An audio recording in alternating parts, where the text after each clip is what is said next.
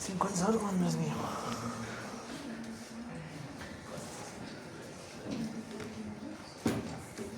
Ya, vamos entonces a comenzar el tema haciendo recuerdo del ciclo cardíaco que ya hemos estudiado. Las válvulas y los tonos cardíacos, en realidad los tonos cardíacos, se dan gracias a la apertura y cierre de las válvulas. Nosotros ya hemos estudiado en el ciclo cardíaco aquello, ¿ya? Entonces es solamente una complementación al tema que ya se ha dado. Vamos a encontrar nosotros 4 tonos cardíacos, ¿verdad? El primero y el segundo corresponden a la apertura y cierre durante el proceso de la sístole y diástole. En este caso vamos a comenzar con el primero, e indica cierre de las válvulas AB, ¿ya? Es decir, estamos hablando de la tricúspide y de la mitral, ambas. Cuando se cierran las válvulas, genera un sonido que es como loop al momento de cerrarse y genera el primer tono cardíaco, ¿ya? Esto es en un proceso de sístole, porque recuerden que tiene que cerrarse las válvulas tricúspide y mitral para que la presión se gane intraventricularmente hablando y eyecte luego en el periodo de eyección, valga la redundancia, los 70 ml si queremos hablar nosotros del ventrículo izquierdo, ¿verdad? Entonces tiene que haber cierre de esas válvulas, tanto mitral como tricuspidia, para que ese ventrículo eyecte con fuerza y pueda vencer la resistencia de las válvulas siguientes, que serían las semilunares, ¿verdad? Entonces, este cierre fuerte, gracias al aumento de la presión, genera un ruido como loop y se escucha como loop, ¿ya? Nosotros a la auscultación la podemos escuchar, es sístole, es fuerte, por tanto, ¿no? Este es el primer tono cardíaco. Posteriormente vamos a ver el cierre de las válvulas semilunares en el loop. Esto, por si acaso, en el periodo de la relajación isovolumétrica. Recuerden, las válvulas semilunares, en este caso aórtica, si queremos hablar del lado izquierdo, tiene que cerrarse para que sus 70 ml sigan su recorrido con los 120 milímetros de mercurio y puedan vencer la resistencia vascular periférica. Y para esto la válvula aórtica se tiene que cerrar, porque si no regresaría el contenido al ventrículo izquierdo. Entonces tiene que haber cierre de aquella válvula. Y como estamos hablando del periodo final al inicio de la diástole o periodo final de la sístole, que es lo mismo, entonces también se puede percibir como loop. Entonces estos dos continuamente al momento de auscultar en los focos vamos a escuchar como loop, loop, continuamente, ¿ya? Este loop va a representar el segundo tono cardíaco. ¿Y cómo se explica? Vamos a ver el primer tono cardíaco. En el tono cardíaco recuerden que debe haber primero una contracción ventricular. Viene la onda de despolarización, en este caso si quiero hablar del lado izquierdo, la rama izquierda. Viene la onda de despolarización, permite la contracción ventricular y genera gradiente de presión, ¿verdad? Esta contracción permite que los volúmenes, que son en este caso 120 ml, intente ganar fuerza y entonces intente regresar hacia la aurícula de donde ha venido. Y esto permite que la válvula, en este caso, se tense, sus válvulas se tensen y se protruyan. Entonces quiere decir que la misma presión intraventricular genera que las válvulas, que sus valvas se tensen, en este caso de la tricuspidia y mitral, y de este modo se cierra. Una vez cerrado, provoca que la sangre choque. Entonces, si se cierra, la sangre golpea contra la pared de aquella válvula, o en este caso sí de aquella válvula, y va a rebotar sobre las paredes de los ventrículos porque no tiene a dónde ir. Entonces intenta regresar, se cierra e intenta básicamente golpearse en las paredes ventriculares. Toda esta característica, este chorro, este sonido, se puede percibir como loop. El segundo tono cardíaco es el mismo proceso. Recuerden que una vez que se genera los 120 ml, pues los 70 ml salen y pues se deben cerrar las válvulas semilunares para que inicie el periodo de relajación isovolumétrica. Y pues obviamente, como recuerden que el callado no es recto, tiene una curvatura, entonces cuando sale con 70 se golpea contra las paredes de la aorta. Como está con esa presión, intenta regresar se golpea y regresa, es como rebote. Entonces esto permite que la sangre retroceda y esto permite que el gradiente de presión que ahí está generado es de 120, otra vez sus válvulas se tensan y se cierra la válvula aórtica. Entonces choca y regresa y cierra porque no tiene a dónde ir, ¿verdad? Entonces choca con la aorta, regresa con la válvula ya cerrada en este caso y otra vez sigue su recorrido porque no tiene a dónde ir. Entonces, y continúa por el callado aórtico dirigiéndose a la circulación periférica. Este sonido con el gradiente de presión de 120 genera un sonido como du. Entonces, lu, du, continuamente, ¿ya?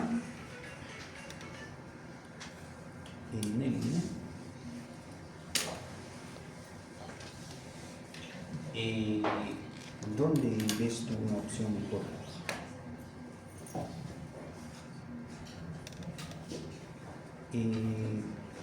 ¿Hay algún sitio donde pueda entrar según tu convenio de ahí? Tú verás la mejor manera donde se pueda poner. Ya. Sí.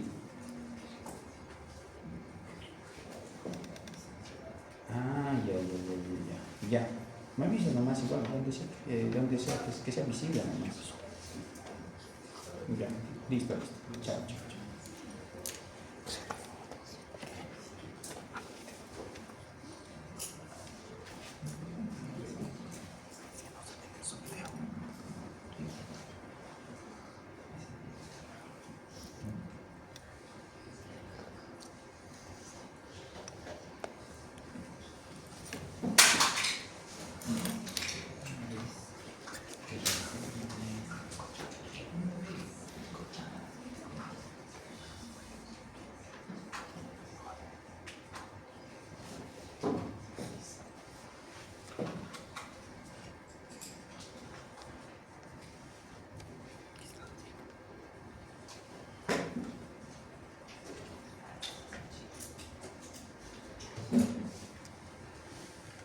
La duración y la frecuencia de estos tonos. El primer tono tiene una duración promedio de 0,14 segundos y el segundo 0,11 segundos. ¿No? El tercer tono cardíaco y el cuarto corresponden ya al proceso de la diástole. El tercero, es justamente el tercio medio de la diástole, representa esto. Es aquella sangre que pasa desde las aurículas hacia los ventrículos en el periodo del llenado pasivo. Recuerden ustedes que hay un llenado activo y pasivo, ¿verdad? Entonces los 70 ml restantes tienen que ingresar para que pueda otra vez llenarse el ventrículo izquierdo o los ventrículos. Entonces la sangre pasa pasivamente. En este proceso, como no hay ningún tipo de contracción, solamente es que la sangre pasa por gradiente de presión, pues no se escucha este ruido, no se va a escuchar con estetoscopio hablando, ¿verdad? No se puede auscultar. Sin embargo, con ecocardiograma, que es la ecografía que mide las paredes, los volúmenes, es decir, el estudio del corazón, sí se va a percibir como una vibración. Sin embargo, a una auscultación no se va a escuchar porque no hay contracción, es simplemente el flujo de sangre que pasa de arriba a abajo y eso es todo, por tanto no se va a poder percibir. Se presenta entonces el tercer tono, el tercio medio de la diástole, la sangre que pasa de superior a inferior pasivamente. Ese es.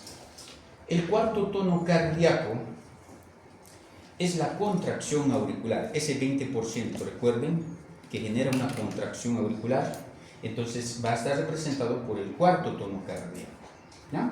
Es una entrada rápida en los ventrículos porque aquí hay contracción, ese 20%, entonces con esto se completa básicamente el llenado ventricular total, ¿no?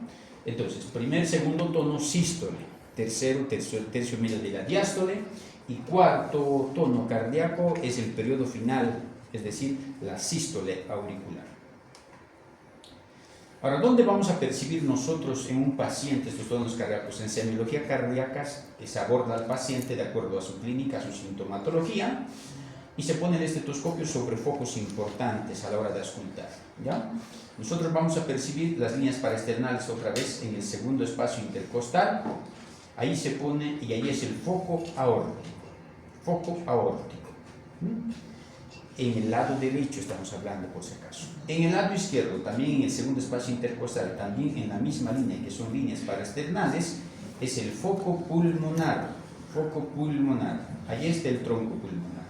Y este lado está el tronco aórtico. Luego vamos a bajar un poquito en el cuarto espacio intercostal, también la misma línea paraesternal, se escucha el foco tricuspidio, es el foco tricuspidio. ¿No? Y por último vamos a encontrar línea medioclavicular, quinto espacio intercostal, vamos a encontrar el foco mitral. Foco mitral. Entonces, en el foco tricuspidio y mitral nosotros vamos a poder percibir el primer y el segundo tono, porque son cierres de las válvulas AB, de esas válvulas. Se puede percibir aquí. En los focos, aquí que son aórtico y pulmonar, son las válvulas semilunares, es decir, el tercero y el cuarto tono. Ahí debemos ir a escuchar. ¿No?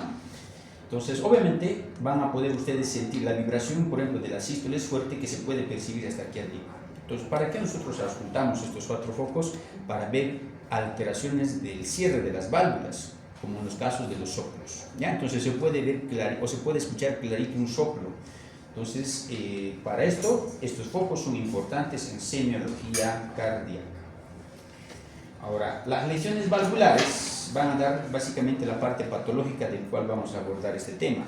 ¿Ya? Y vamos a encontrar nosotros, básicamente, la degeneración de las válvulas mitrales y tricuspidias, también de las semilunares. Uno, por un proceso fisiológico que es el envejecimiento, pero también por procesos patológicos como es el caso de la fiebre reumática. ¿Ya? La fiebre reumática es uno de las grandes patologías que lleva a un paciente con alteraciones hemodinámicas y con cambios morfológicos en el corazón.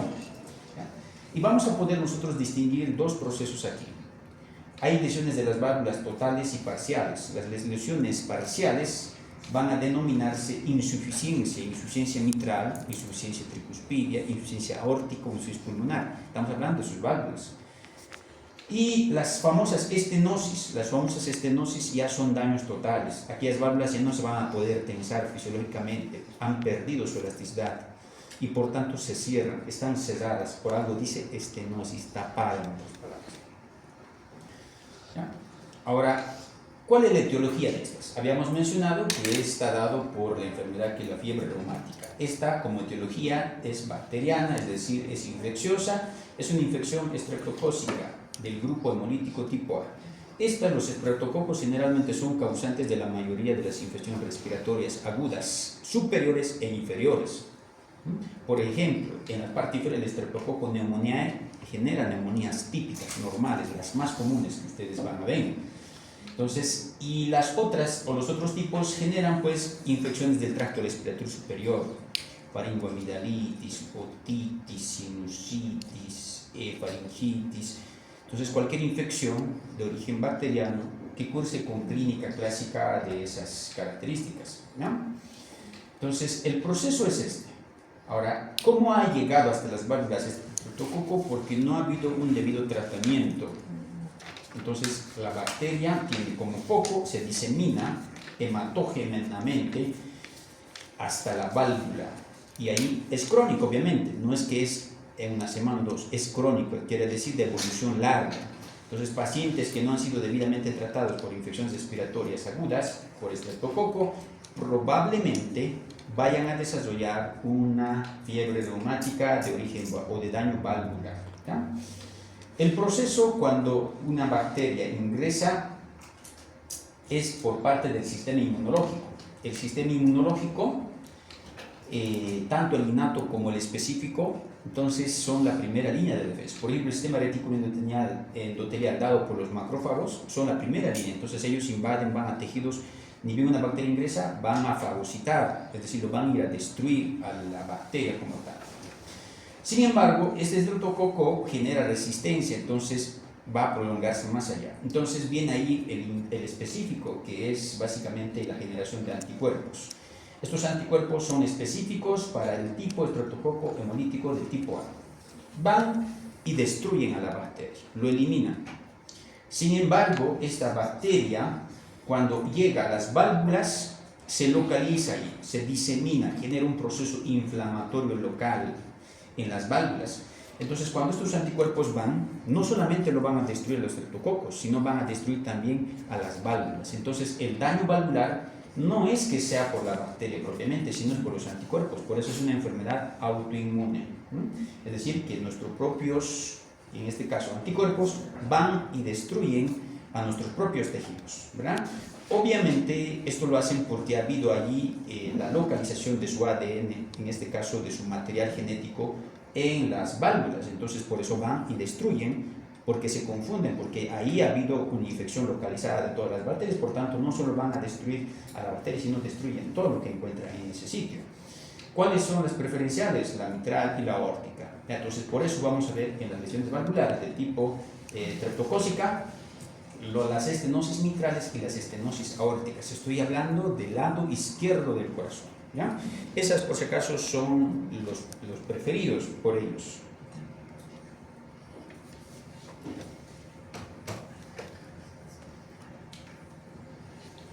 Muy bien. Ahora vamos a ver, fíjense aquí en la válvula, no sé si se puede ver, pero está totalmente fibrosada, ¿verdad?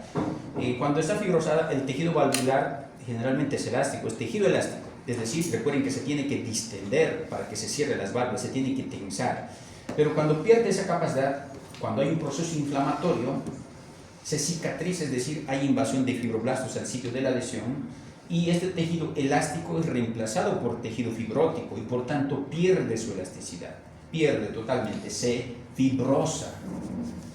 Por tanto, esa válvula ya no puede ni abrirse. Si ha habido lesión solamente de la parte, por ejemplo, de los bordes, entonces esta válvula, la base va a estar libre, es decir, se va a poder tensar, pero los bordes no van a poder cerrar, es decir, no van a poder protruir. Y por tanto, en este caso, no va a poder cerrarse del todo esta válvula. Entonces va a permitir su salida, pero al momento de que te tiene que cesar, por ejemplo en la aórtica, pongámosle que sale y se tiene que cesar la válvula aórtica, pero no se va a poder cesar porque ha perdido esa necesidad de sus válvulas superiores, sus bordes superiores, y no se cierra. Entonces permite que ingrese otra vez, entonces la sangre retrocede. Entonces no cierra, en otras palabras, cuando hay un problema o daño parcial, como es el caso de la insuficiencia, no cierra, porque ha perdido esa capacidad de cesar. En cambio, cuando está estenosada totalmente, no es solamente parcial o sus bordes, es toda la válvula como tal. Entonces se cierra completamente esa válvula. Apenas deja una pequeña abertura. En estos casos, la sangre no puede salir por la válvula porque está tapada, está estenosada.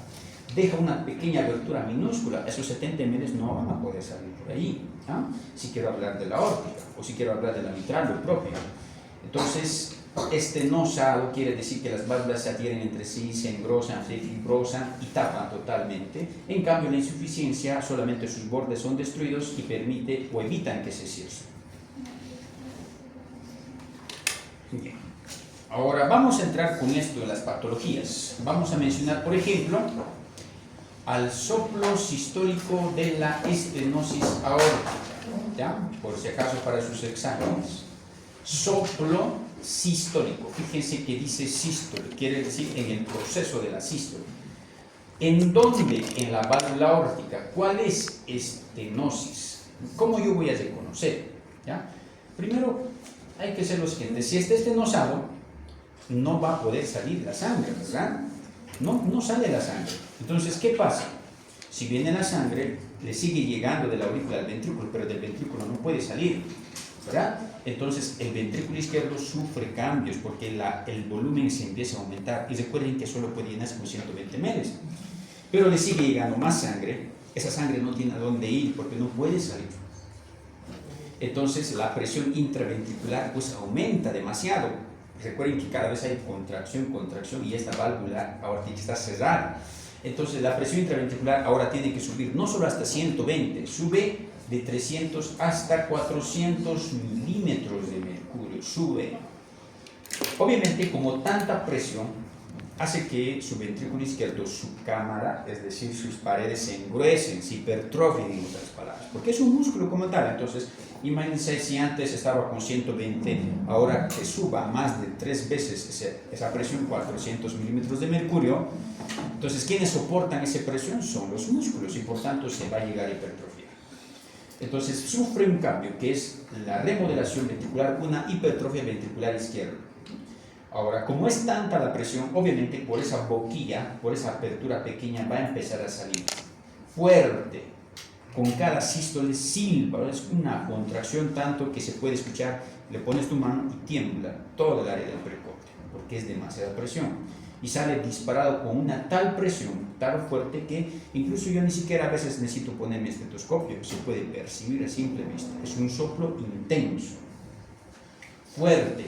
Es el soplo sistólico, se puede escuchar porque la presión es hasta 400 milímetros de mercurio y al salir por esa boquilla, por esa pequeña apertura, intentando compensar el gasto cardíaco, porque recuerden que hay gasto cardíaco bajo en estos pacientes, entonces intenta compensar y genera un fuerte soplo sistólico, vibrante, chocante, ¿no? Que sale disparado y puede moverse. Ustedes ponen su mano y va a temblar toda esa parte por cada sístole, ¿no? Vamos con el siguiente, soplo diastólico de la insuficiencia aórtica. Recuerden que aquí dice insuficiencia aórtica, es decir, no va a poder cerrar. Es decir, permite que salga los 70 ml, pero no va a permitir que se cierre, por tanto va a haber retorno. ¿A dónde va a regresar? Al ventrículo izquierdo, flujo retrógrado desde la aorta hacia el ventrículo izquierdo. Entonces, la sangre sale y va a regresar. Al regresar, genera un silbido. Entonces, para que no se olviden, silba. Cuando ustedes escuchen un silbido, es un soplo diastólico, dependiendo del foco. Insuficiencia aórtica. Al regresar esa sangre, genera un ruido, un silbante. Hacen ustedes silben, lo mismo se escucha. Ponen su estetoscopio en el foco aórtico y va a silbar. Si es aquello, entonces estamos hablando de una insuficiencia aórtica, soplo silbante. En cambio, el soplo, en este caso sistólico, cuando estamos hablando de un estenosis, es sordo, vibratorio, intenso, fuerte. Este no va a producir frémito, es decir, no va a producir ese temblor en el área del precordio, porque está simplemente regresando la sangre, porque estamos hablando de una diástole, no estamos hablando de una sístole. Soplo sistólico de la insuficiencia mitral. Al rato hemos hablado de la aorta, ahora pasemos a la mitral. En este proceso, como dice insuficiencia, pues obviamente hay un flujo retrógrado desde el ventrículo hacia la aurícula, es decir, la mitral no se cierra, y si no se cierra en el periodo de la contracción isovolumétrica, por ejemplo, cuando la presión tendría que aumentar 120 para poder salir por la aorta, no hay ese proceso, no hay ganancia de presión, porque no se cierra por la válvula. Entonces, ¿qué va a hacer la sangre? Va a regresar ¿hacia dónde? Hacia la aurícula, y va a generar, por tanto, el mismo soplo silbante, Entonces, cuando es un caso de insuficiencia, ustedes escucharán soplo silbante. Y cuando es una estenosis, ustedes escucharán un soplo sordo, fuerte, vibratorio, muy intenso. Vamos a ver, por ejemplo, en un caso normal, fíjense cómo está la válvula, está completamente cerrada. Fíjense la válvula mitral, la sangre que pasa de la aurícula al ventrículo, ya sea por la contracción auricular o por el paso pasivo. Una vez generándose la presión intraventricular de los 120 milímetros de mercurio, tendría que cesarse así la válvula, ¿verdad?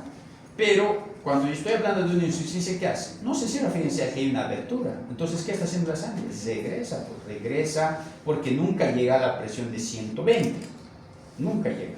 Por tanto, la sangre va a retornar hacia la aurícula izquierda. Cuando yo estoy hablando de una insuficiencia mitral, ¿no? Ahora, estenosis mitral, ya no es insuficiencia, está tapado en otras palabras. La misma válvula, la mitral también. ¿Ya? Cuando estamos hablando de una estenosis, recuerden que siempre va a haber modificaciones estructurales. En este caso, la remodelación ya no es en el ventrículo, es en la aurícula.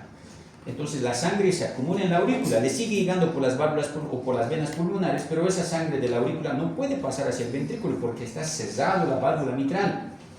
Entonces, ¿qué hace? La presión de la aurícula izquierda empieza a subir. ¿Hasta cuánto era la presión normal de las aurículas? Desde 25 hasta 40 milímetros de mercurio, era lo normal. que podía soportar una aurícula normal. Pero en estos casos, como le sigue llegando sangre y esa sangre no puede pasar hacia el ventrículo porque está estenosado, entonces la presión sube superior a 30 milímetros de mercurio y ahora sí no puede soportar tanta presión y cambia otra vez la morfología, es decir, se hipertrofia, pero lo cual la aurícula izquierda se empieza a hipertrofiar, ¿no? Fíjense, aquí tengo el clásico caso de una estenosis mitral. Entonces no puede entrar, fíjense, el ventrículo izquierdo está vacío. ¿Dónde se acumula la sangre? En la aurícula. En la aurícula. Entonces va a haber un momento en que esa sangre, porque le sigue llegando de las venas pulmonares, no va a poder a dónde ir, que va a tener que regresarse hacia los pulmones y va a generar un problema patológico que se le llama agudo de pulmón. Muy bien, ahora, hasta aquí espero que hayan entendido esos conceptos. Ahora vamos a ver nosotros la dinámica, la parte fisiopatológica cuando hay estos casos, es decir, la parte hemodinámica alterada, si quieren llamarlo así. En primer lugar, vamos a encontrar disminución del volumen sistólico neto. En ambos casos, en la estenosis no sale, pues, no van a ser los 70 ml, por tanto, el volumen sistólico disminuye, saldrán pues por esa pequeña abertura unos 20 o 30 ml máximo, no van a salir más, entonces disminuye el volumen sistólico neto. En el caso de la insuficiencia sale, pero regresa, entonces lo llegamos a lo mismo, estamos hablando de disminución del volumen sistólico neto. Ahora, si cae el volumen sistólico, ¿qué caerá? El gasto cardíaco, pues cae el gasto cardíaco, porque recuerden que el gasto cardíaco es el volumen sistólico por frecuencia cardíaca. Si cae el gasto cardíaco, baja la presión arterial, porque hay poca sangre circulando. Entonces, por tanto, hay una hipotensión sistémica. La hipotensión sistémica lleva a que los órganos reciban menos oxígeno, menos nutrientes. Entonces va a haber una hipoxia, consecuencia de una hipoxemia total, y el paciente va a cursar con alteraciones hemodinámicas y un shock cardiogénico y el paciente puede llegar a fallecer. Entonces, inmediatamente se tienen que activar mecanismos de compensación, porque recuerden que el cuerpo intenta solucionar sus problemas a través de sistemas de retroalimentación. Entonces, aquí vamos a estudiar estos sistemas que hacen posible todo esto. Uno de ellos es la hipertrofia ventricular izquierda, ¿ya? En los casos de estenosis, como ahora hay caída del volumen del sistólico y ahora no puede salir, entonces hemos mencionado que se aumenta la presión intraventricular hasta 400 milímetros de mercurio. ¿Esto qué hace? Esto permite que el volumen sistólico, es decir, esos 70 ml, se aumente, tanto que puede llegar hasta 250 ml. Es decir, como es tanta presión, pues ahora puede sacar por esa pequeña abertura hasta 250 ml, porque la presión es alta, es fuerte, ¿verdad? Es fuerte. Entonces, y en el caso de una insuficiencia, lo propio. Va a salir, pero va a regresar, pero vamos a compensar de algún modo el gasto cardíaco, porque una cuarta parte básicamente va a volver, pero el resto va a salir. Estamos viendo de todos modos un sistema de compensación. En ambos casos, la hipertrofia del ventrículo izquierdo permite regular el volumen sistólico, pero esto será por un breve tiempo, no un breve tiempo, no puedo mencionar un tiempo, pero puede ser meses hasta años, hasta que finalmente el corazón haya una falla cardíaca total, porque pues vamos a tener un caso de una insuficiencia cardíaca sistólica primero, del lado izquierdo, luego pasa al lado derecho y hay una insuficiencia cardíaca congestiva y el paciente va a fallecer. Entonces, este sistema, que es la hipertrofia del ventrículo izquierdo, es el inicio para poder compensar sistémicamente el volumen, para poder que el volumen saliente se compense de alguna manera, ¿no? Pero esto le dará un tiempo al paciente, un tiempo de 4 meses, 6 meses, 8 meses, dependiendo del paciente, obviamente si no se medica, ¿verdad? Ahora, aumento del volumen de la sangre. Entonces, ¿qué pasa esto? Cuando se compensa, vamos a nosotros encontrar sistémicamente como una hipotensión, en los vasos sanguíneos hay una hipotensión, entonces se activa el sistema nervioso simpático, porque tiene que producir una vasoconstricción para intentar compensar la presión arterial. Entonces, esto permite que el paciente, al inicio que tenía descenso de la presión arterial, se compense porque va a haber una actividad simpática. Poca sangre, poca presión, hay una vasoconstricción y la presión intenta subir a lo que sea posible. Entonces, esto permite que el reflejo circulatorio periférico, en todo caso, se normalice para intentar compensar la presión arterial, ¿ya? Ahora, todo esto, a principio, va a llevar a que todo el cuerpo reciba menos sangre, incluyendo la parte renal. Y ahí va a comenzar el problema. Primero va a haber disminución de la eliminación renal del orina, porque si le llega menos sangre, pues también va a filtrar menos. Hay disminución en este caso del volumen total que le llega a los riñones. Esto va a evitar, por tanto, que la presión hidrostática en los capilares glomerulares disminuya y, por tanto, haya menor orina. Si hay poca sangre, el paciente no va a orinar pues mucho, va a orinar menos. Entonces va a haber disminución de la filtración renal. Entonces, si por promedio teníamos de 0,5 a 1,5 litros que debería filtrarse, pues este paciente no va a orinar esa cantidad porque está viendo poca sangre en el cuerpo circulante y, por tanto, va a haber menos orina.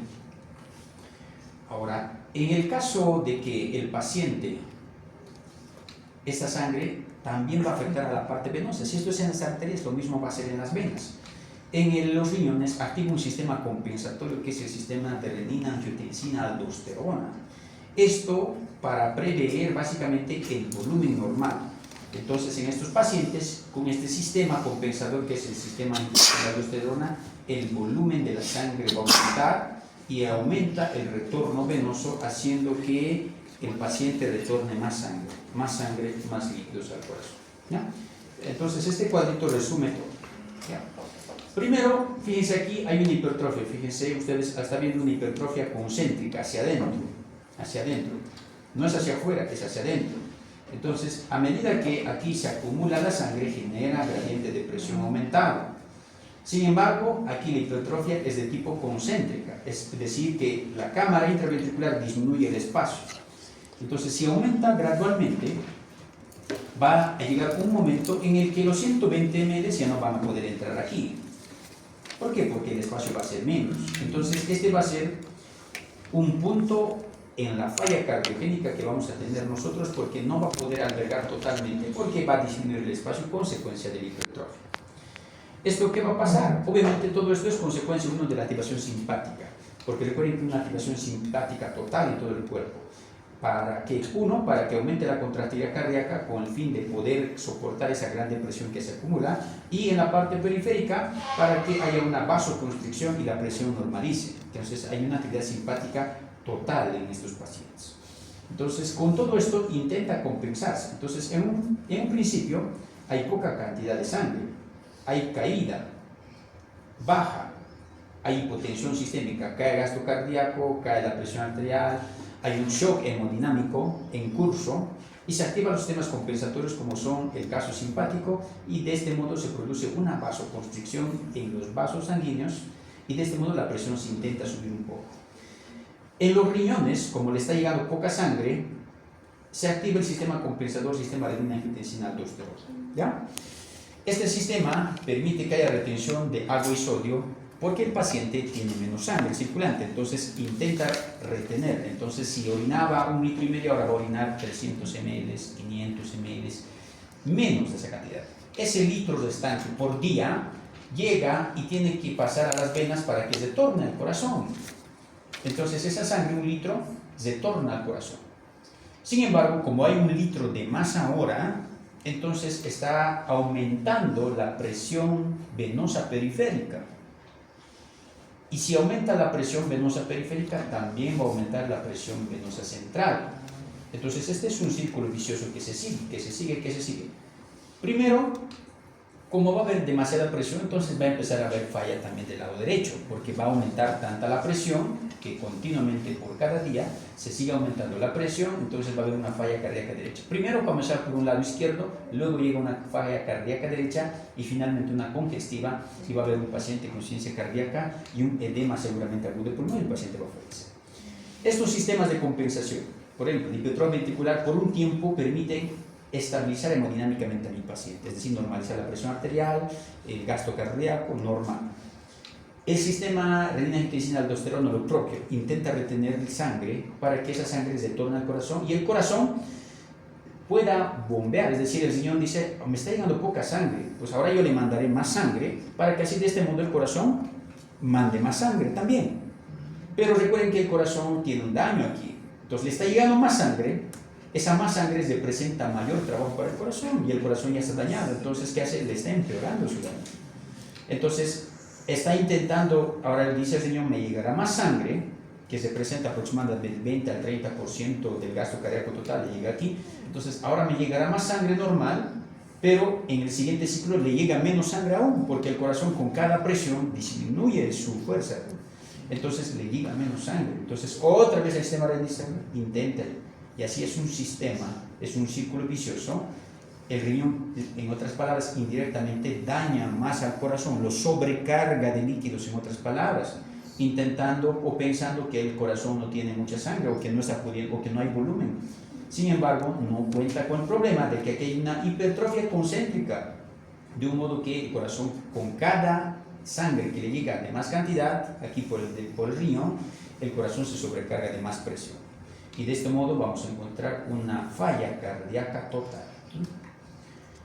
Entonces, se reduce el movimiento neto de la sangre de la aurícula izquierda hacia el ventrículo izquierdo cuando yo estoy hablando de una estenosis o una insuficiencia mitral. Hasta aquí, recuerden, es un caso de una insuficiencia o de una estenosis, pero de tipo aórtico, porque estamos hablando aquí del lado aórtico.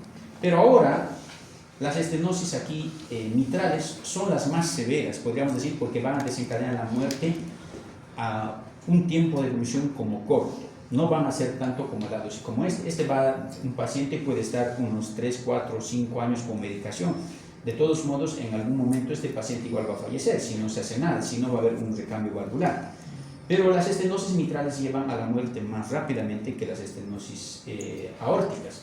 ¿Cuál es el motivo? Primero, uno, que se acumula la presión, en este caso en la aurícula izquierda, ¿verdad? En la aurícula izquierda, aquí. Demasiada sangre. Le sigue llegando de los pulmones, la sangre se acumula, no puede entrar al ventrículo izquierdo y la sangre se acumula.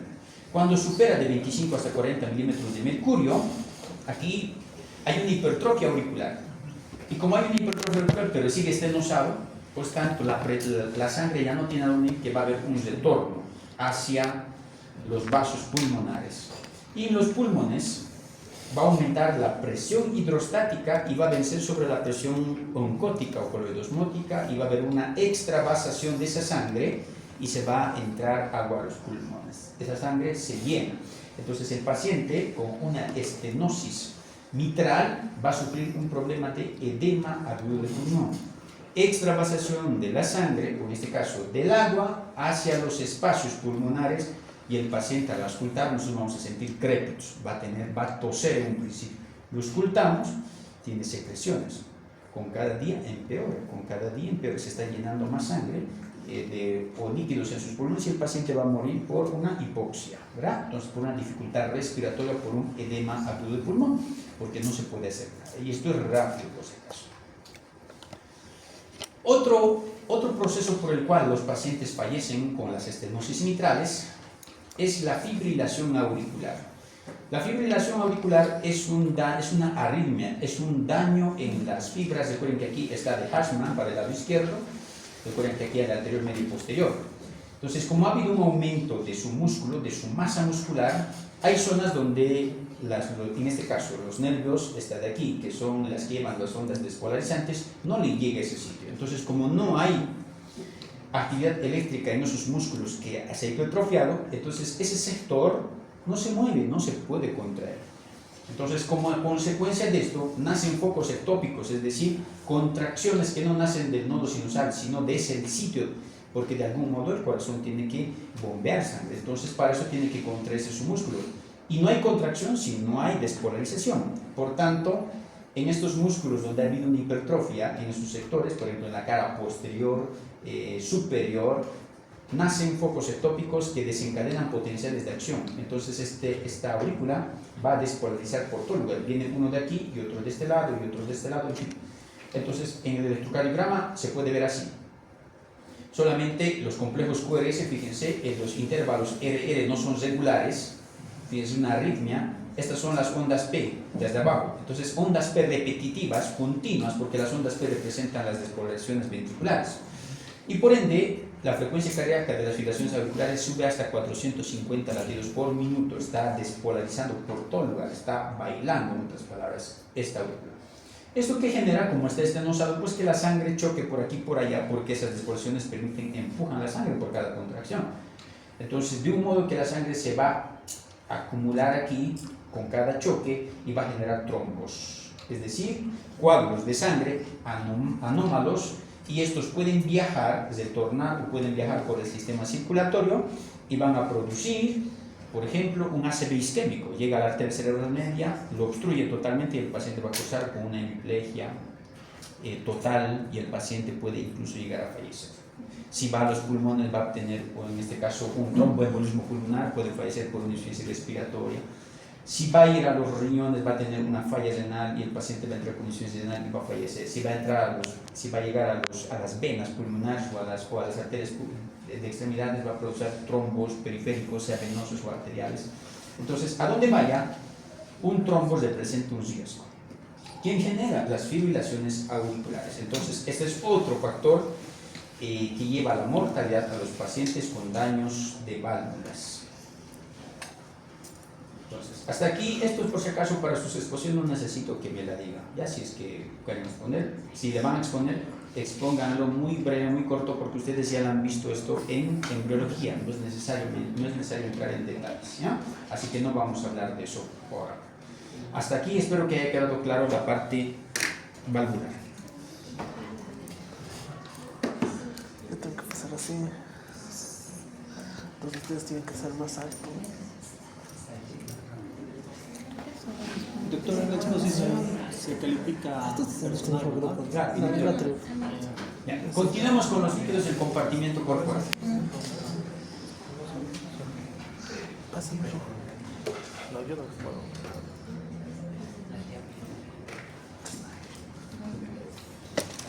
Recuerden que el volumen en un adulto joven es de 60 a 40, 60% de 40% de sólidos. Esto permite que haya una buena homeostasis, recuerden, el equilibrio entre sólidos y agua, ¿ya? Recuerden que si hay poca agua o mucha agua, aquí va a haber alteraciones de líquido, ¿ya? Entonces, por ejemplo, en la sangre vamos a tener demasiado, va a haber extravasación, entonces lo que vamos a hablar es eso. Entonces, la cantidad de sangre depende, es diferente en adultos, es diferente en neonatos o en niños y en adultos promedios normales, ¿ya? Es diferente. El líquido general en un promedio adulto varón es de 60-65% y eso lleva a una buena muestra, es decir, un equilibrio hídrico normal, un equilibrio oncótico, que es de las presiones de las proteínas, o de todos los solutos como presión cloridosmótica también está. Es decir, una osmolaridad normal. ¿Ya? Recuerden, la osmolaridad es el que mide la cantidad de solutos disueltos en el agua. Entonces, cuando yo hable de líquidos, me tengo que referir a la osmolaridad. Tenemos nosotros una ingestión y una pérdida diaria. Ingerimos más o menos de 2-3 litros en promedio, ¿ya? Por ejemplo, 2 litros diarios y la tasa metabólica generaría más o menos unos 200 ml, representarían 2.300 ml o 2.3 litros, ¿verdad? Esto es lo que metabólicamente necesita nuestro cuerpo, porque la pérdida de líquidos va a ser lo mismo por día, estoy hablando. Por ejemplo, nosotros vamos a tener procesos de la evaporación, dependiendo de la temperatura. Por ejemplo, ahora por las glándulas sudoríparas se pierde más, entonces hay una pérdida de 0,300 o 350 ml en promedio. Al momento, recuerden, de respirar, inhalar, expirar los vasos pulmonares, hay un aumento, en este caso, de movimiento cinético, y esto permite que se evapore el líquido. Entonces hay una evaporación pulmonar de la misma cantidad de 350 ml. Y vamos a tener así en cada una de ellas, y el riñón vamos a tener de 1.5 litros en promedio, que aporta una filtración glomerular normal. Entonces, total vamos a tener nosotros una pérdida de 2.300 hasta 2.500 ml por día, todos los días. Ahora, para compensar esos 60% de agua, también, por tanto, la ingestión debería ser la misma cantidad. Esto permite mantener un nivel hídrico y una osmolaridad normal todo el tiempo, ¿ya? Todo el tiempo. Los líquidos del compartimiento están divididos como sigue aquí. Recuerden que el agua corporal total, el 60%, representa 42 litros. ¿Ya? De estos 42 litros, intracelularmente están 28 litros. Los 3/4 partes están ahí. ¿Dónde está más líquido? Dentro de las células, intracelularmente hablando, son 28 litros que están. ¿Ya? Aquí, intracelularmente. Extracelularmente, estoy hablando nosotros del espacio intersticial y del plasma como tal. En el plasma recuerden que son 5 litros y 3 de ellos, 3 litros representan al agua también. Entonces, y en el líquido intersticial tenemos 11 litros, entonces serían 14 litros. 14 litros distribuidos en el líquido extracelular e intracelularmente 28 litros. Así están distribuidos el agua corporal total. Ustedes suman 28 más 14, se hace 42 litros totales. El volumen sanguíneo total, 60% es representado por el agua, que es el plasma, y el 40% es representado por el valor corpuscular o hematocrito, que es de la sangre total, de los glóbulos rojos, ¿ya? De los eritrocitos totales. Entonces nosotros tenemos aquí la masa de los solutos y el agua o la presión del agua, la presión hidrostática del agua, distribuido de esta manera. Si yo quiero en litros, esto representa 3 litros, este representaría los 2 litros restantes, entonces tenemos 5 litros totales. La parte de los solutos nosotros ya sabemos cómo está distribuido, no tengo que recordarles a ustedes, ¿ya? Por ejemplo, ¿cuál es el ion más predominante en líquido extracelular? El sodio. Intracelularmente, potasio. Entonces ya hemos visto en los primeros temas, entonces los componentes son los mismos porque no cambia. Entonces ya ustedes saben, el cuadrito solamente es para recordar, vayan, revísenlo. Aquí vamos a ver algunas medidas físicas. No es tanto hacer un proceso de énfasis o de estudio aquí porque es simplemente métodos que utiliza la bioquímica para poder determinar la cantidad total de agua. Entonces, aquí tenemos, por ejemplo, la medición total de agua. Se hace utilizando sustancias radioactivas, de iones, en este caso de hidrogeniones, como es el caso de tritio, que tiene 3 moléculas de agua, o de deuterio, que tiene 2. Entonces se hacen medidas y con esa medida, son fórmulas bioquímicas que se aplican, se puede sacar total el agua representado como 42 litros. Y 42 litros, ustedes recuerden que son 42 litros. ¿Ya? El líquido intracelular, recuerden que son los 28 litros, entonces se hace también utilizando sustancias radioactivas, pero con los iones. Entonces recuerden que el ion, por ejemplo, predominante, entre ellas se encuentra el sodio, extracelular, perdón, el sodio. Entonces, todos los solutos, iones, cationes y aniones, yo pongo sustancias radioactivas y le vuelvo, por ejemplo, sodio radioactivo. Entonces, de acuerdo a ellas, yo puedo medir la cantidad total que ellas representan y restarlos, porque el resto será agua total. Entonces, de ahí yo tengo el líquido extracelular representado como 14 litros. En el plasma, 11 litros, sin 3 litros, y en el líquido intersticial, 11 litros, sumado 14 litros. En el líquido intracelular o cálculo del volumen intracelular es más fácil, pues yo resto del agua corporal total el volumen intracelular. Si aquí tenía 42, resto con los 14 y tendré 28 litros, que se presentaría el volumen intracelular, ¿verdad? La medida del plasma, lo mismo se hace aquí. Se utiliza aquí una proteína que es la más importante del cuerpo, como es el caso de la albúmina. Entonces se marca como el yodo radioactivo, que es la albúmina, y de esta manera yo puedo sacar el volumen del plasma, que son los 3 litros. Para el hematocrito y el volumen total de la sangre se aplica la fórmula siguiente. El volumen total de la sangre se iguala al volumen del plasma, 1 menos hematocrito. Recuerden que el volumen del plasma 3 litros, 1 menos hematocrito 40%, entonces 0.4, igual hago el cálculo total, me sale los 5 litros totales. Principios básicos de la ósmosis y de la presión osmótica. ¿Ya? Entonces, para que se acuerden ustedes, osmosis, paso del agua, transporte del agua a través de las acuaporinas entre células, intracelular hacia afuera, por las acuaporinas, o de afuera hacia adentro, igual por el mismo lado. La presión osmótica es la presión y el gradiente de agua. Esa es. El osmol, número de partículas disueltas en una solución. Osmol, eso es. Estoy hablando de agua. ¿Ya? Ahora, representado en la medicina, nosotros utilizamos como miliosmoles, por eso vamos a poner una M siempre por delante y luego recién la O mayúscula y la S y la M. Entonces, esto indica miliosmoles. ¿Ya? Miliosmoles. Entonces, la osmolaridad celular será la concentración de una solución expresada en osmoles por kilogramo o litro de solución. En este caso hemos dicho que se utiliza en litro de solución, porque esa es la osmolaridad. Porque por kilogramo es osmolaridad. Entonces, yo tengo que encontrar, sin embargo, la osmolaridad que se presentaría por litro de solución. ¿Y cuánto hemos dicho que era la osmolaridad normal? De 280 hasta 300 miliosmoles por litro de solución, por litro de agua, quiere decir. En otras palabras, osmolaridad es concentración de solutos disueltos en líquido, en agua, en una solución. Ahora, de acuerdo a eso, yo puedo ver diferentes variaciones del agua relacionando siempre con sus solutos. Ahí voy a encontrar líquidos que van a ser isotónicos, hipotónicos e hipertónicos, dependiendo de la cantidad aumentada o disminuida de sus solutos. Eso es. Por ejemplo, aquí, isotónico, que es la osmolaridad normal, representa igual cantidad de solutos, igual cantidad de agua. ¿Ya? ¿Qué quiere decir? Que la presión hidrostática se mantiene estable y la presión coloidosmótica se mantiene estable. Normal estable, isotónico. Hipotónico. En estos pacientes hay poca cantidad de solutos y mayor cantidad de agua.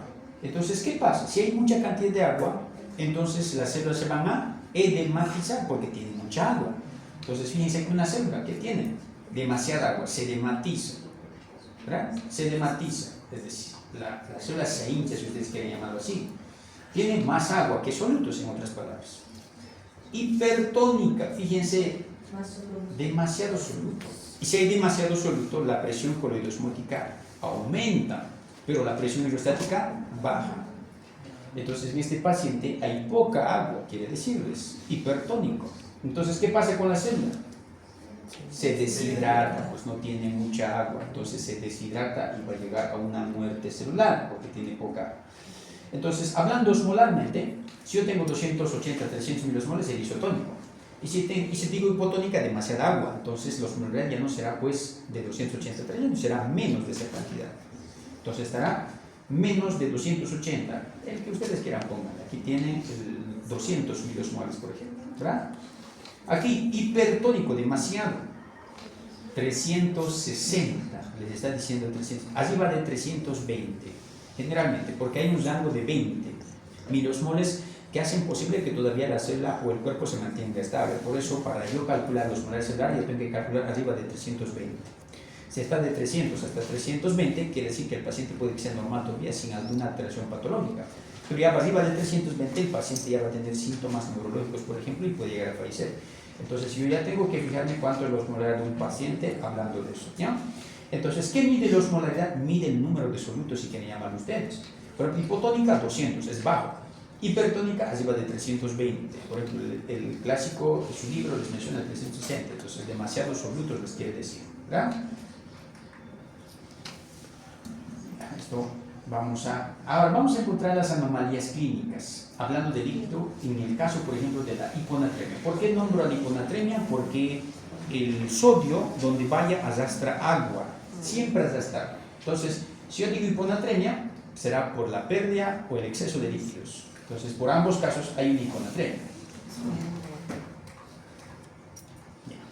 Por ejemplo, aquí yo voy a encontrar una hiponatremia por una deshidratación. El paciente ha perdido demasiada agua. El caso clásico de un paciente con deposiciones líquidas por una gastroenteritis o pacientes con vómitos explosivos, por ejemplo, ¿ya? Pacientes que toman muchos diuréticos, por ejemplo los renales o los pacientes hipertensos toman algunos, o pacientes cardiópatas toman algunos diuréticos, o la enfermedad de Addison, que hay un aumento en este caso hormonalmente hablando, para la liberación o la pérdida de sodio, ¿ya? Entonces aquí no es lo mismo. Entonces aquí hay una enfermedad metabólica, hormonalmente hablando, entonces se pierde más sodio cuando estoy hablando de la enfermedad de Addison. Entonces, como estos casos, ¿a qué van a llevar? A que baje el sodio, por eso hay una hiponatremia. Hay baja cantidad de sodio. Y el sodio normal, si era de 135 hasta 155 miliosmoles por litro, entonces estos pacientes van a tener baja cantidad, por debajo de 130, 120, 130. Cuando llegue a 103, ya vas a presentar una posible mortalidad de un paciente, ¿ya? Porque vas a presentar alteraciones propios del sodio, que lo vamos a ver más adelante. Vamos a encontrar luego otra hiponatremia, en este caso ya por sobrehidratación, demasiado agua. Ustedes tomen demasiado agua, un paciente que se ha tomado 10 litros, por ejemplo. Entonces, ¿qué hace? Diluye pues el sodio. Entonces, si el sodio normal, ahora imagínense que se ha tomado, entonces ya no vas a presentar pues 60% de agua en este paciente que se ha tomado 10 litros. ¿Cuánto vas a presentar? Casi el 90%. Pues.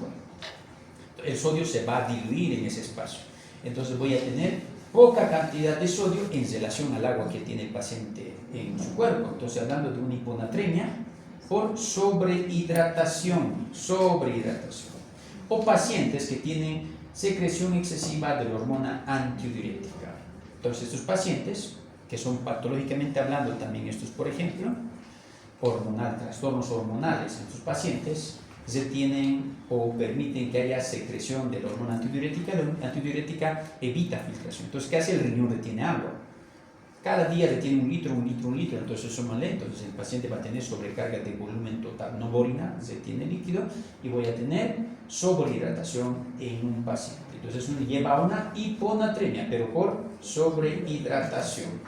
En ambos casos, por deshidratación o sobrehidratación, los valores del sodio van a bajar, hablando de un litro. Entonces, esto me va a llevar a que haya esta consecuencia, que es el edema, en este caso cefálico o edema cerebral. El paciente puede llegar a fallecer cuando baja por debajo de 110 miliequivalentes por litro. Hipernatremia, al revés, demasiado aumentado. En casos hipertónicos, por ejemplo, va a haber una hipernatremia, va a subir encima de 155, superior a 155. El mismo caso, el paciente puede deshidratarse, va a perder demasiada agua y ahora sí el paciente o su sodio se va a acumular, se va a concentrar, en otras palabras. Entonces voy a tener un caso de una hipernatremia, pero por deshidratación. Solo pierde líquido y no sólidos. En estos pacientes de aquí, hipernatremia por sobrehidratación, demasiada agua. ¿Qué hace? Va a haber una retención de agua, por ejemplo, por los riñones, en el caso de la antidiurética, por ejemplo, o la secreción excesiva de la hormona aldosterona, que hace lo mismo, ¿ya? La aldosterona permite que se detenga líquido. Entonces, va a haber un caso de sobrehidratación. En estos pacientes se va a acumular demasiado sodio y voy a llegar lo mismo, por deshidratación, sobrehidratación, casos de una hipernatremia, causas de hipernatremia. Ahora, el exceso de líquidos aquí me va a llevar a que se produzcan los edemas. Estos edemas pueden ser en cualquier parte del cuerpo. Pueden ser en los pulmones, edema de pulmón. Pueden ser en los miembros inferiores, representando edemas bilaterales en ambos lados. Edema en cavidad abdominal. En cualquier cavidad o espacio, pues va a representar un edema, ¿ya? Aquí vemos un caso clásico de un edema unilateral. Fíjense aquí. Hay un edema unilateral. ¿Qué quiere decir? Básicamente ha habido obstrucción de una arteria o de una vena, en este caso de la vena, no de una arteria, obstrucción de una vena. Recuerden que las venas son de retorno, ¿verdad? Retorno. Imagínense que la vena poplitea está obstruida, no le permite salir la sangre por ejemplo, hacia la femoral, se queda ahí y le sigue llegando sangre de las arterias. ¿Qué hace con la sangre? Se acumula, pues se congestiona. Entonces, tanto que la presión venosa periférica aquí aumenta, entonces la presión hidrostática sube, supera los 90 milímetros de mercurio, que recuerden que aquí hay en un paciente normal. Entonces, hace que esa vena esté a punto de explotar, aumente la permeabilidad vascular, entonces el agua se filtra sobre los diferentes espacios y el paciente va a presentar edema unilateral. Edema unilateral. Ahora, los edemas bilaterales pueden ser por tres causas: causas renales, causas cardiogénicas o hepáticas. Cualquiera van a llevar a edemas bilaterales en miembros inferiores. La fisiopatología es el mismo, retención de líquidos. En pacientes con insuficiencia cardíaca, por ejemplo, recuerden que hay caída del gasto cardíaco, poca sangre. ¿Qué hace el riñón? Activa su sistema compensador, que es hemoretina aldosterona, retiene agua. Esa agua regresa otra vez, hemos visto ya el círculo, y va a hacer que el paciente no orine y por tanto se acumule en el territorio venoso. Y ocurra lo mismo, pero bilateral en estos casos, ya no unilateral, en ambos lados. Pacientes renales, lo mismo, va a tener falla en la filtración, se acumula y va a haber desentorno venoso de demasiada sangre en las venas y va a ser el mismo caso. En pacientes hepatópatas, en los hepatópatas la fisiopatología es diferente. En los pacientes hepatópatas hay disminución de la presión oncótica, porque el hígado genera proteínas, sintetiza proteínas. Una de ellas es la albúmina, entonces va a haber una hipoalbuminemia, caída de la albúmina. Y la albúmina o las proteínas regulan la concentración del agua.